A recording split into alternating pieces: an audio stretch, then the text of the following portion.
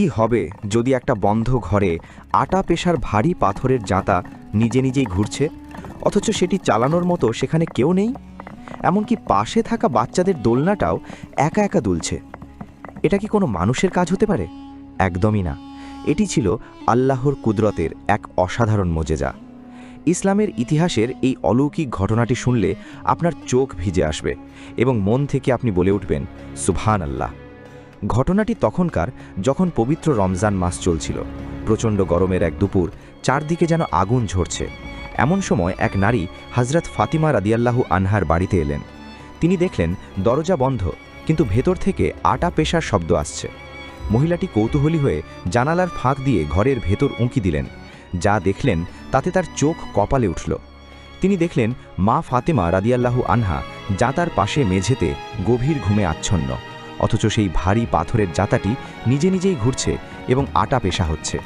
শুধু তাই নয়, কাছেই রাখা ইমাম হাসান এবং ইমাম হুসাইন রাদিয়াল্লাহু আনহার দোলনাটিও কেউ ছাড়াই নিজে নিজে দুলছে।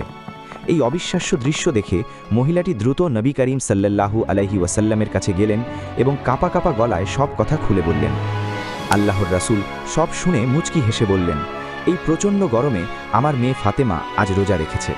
আল্লাহ তাআলা ফাতেমাকে গভীর ঘুম পাড়িয়ে দিয়েছেন, যাতে সে গরম আর পিপাসার কষ্ট অনুভব না করে। আর জানো ওই কাজগুলো কারা করছিল? তারা ছিল আল্লাহর পাঠানো ফেরেশতারা, যারা আমার ফাতেমার ঘরের কাজগুলো করে দিচ্ছিল। সুবহানাল্লাহ।